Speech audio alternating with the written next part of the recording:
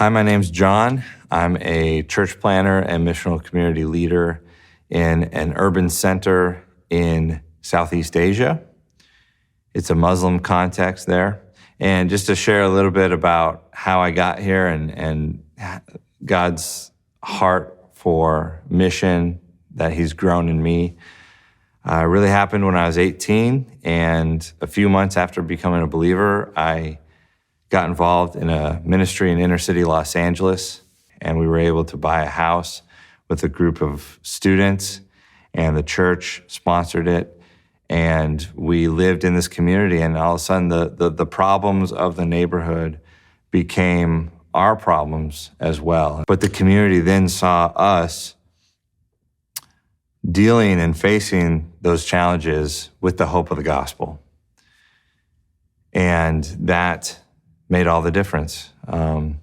And people all of a sudden saw that, okay, this gospel that we preached actually gives us hope. It actually transforms who we are. It actually gives us purpose. And it actually gives us endurance to come and become part of this community that was not our community, but they welcomed us in because we were there to love them. So that lesson has stuck with me throughout my life. And I eventually became a chaplain in the military, which, literally I'm putting on the uniform of the people that I'm going to serve. And then now we're on the field in Southeast Asia in a Muslim context. And we're applying those same lessons in our new context and finding that Jesus' way still works. So we started missional communities almost by accident in our city. We were coming in with a more traditional approach of working with established churches, working with seminaries and Bible colleges. However, COVID shut all that down. There's nobody to work with because nobody was meeting. Everybody was on lockdown. And so that forced us to kind of shrink our circle to just our neighborhood.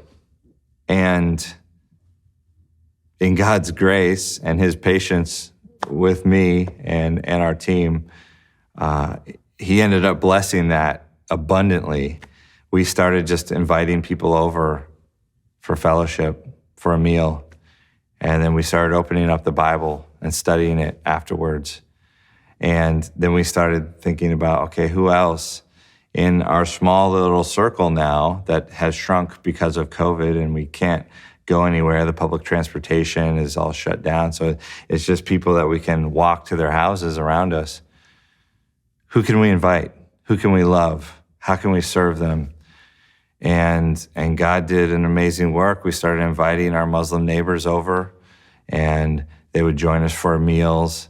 And then some of them would stay for Bible study. Some of them would come over with medical issues, and we could care for them that way. Some of them would share their prayer requests for their families or for their jobs or just for the trials that they were going through. And through that, the gospel was able to flow, and people came to know Jesus as their King, as their Savior, as their God. And God has continued to grow these groups, and we just outgrew our home space, so we multiplied.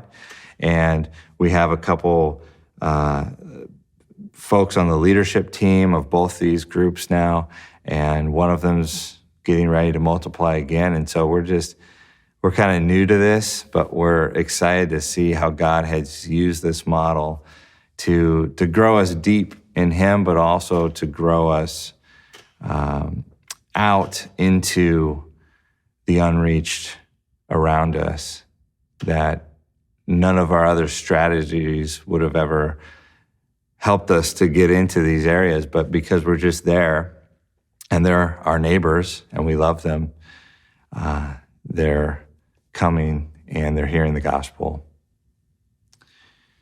I think we've learned that sometimes before, at least in our context, people are asking, what should I believe?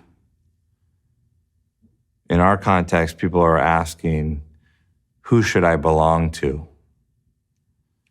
And so being there as a community and letting them see, hey, this is a community that is different.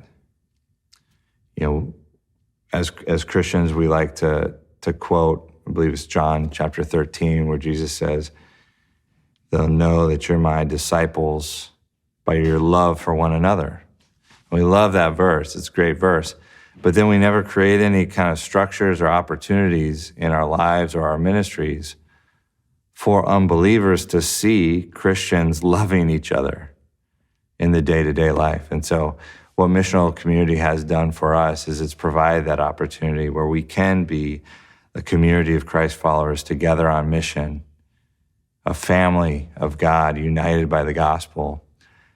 But it's also a place where unbelievers can come and see that and observe that and get a little taste of something different that they'd never even considered.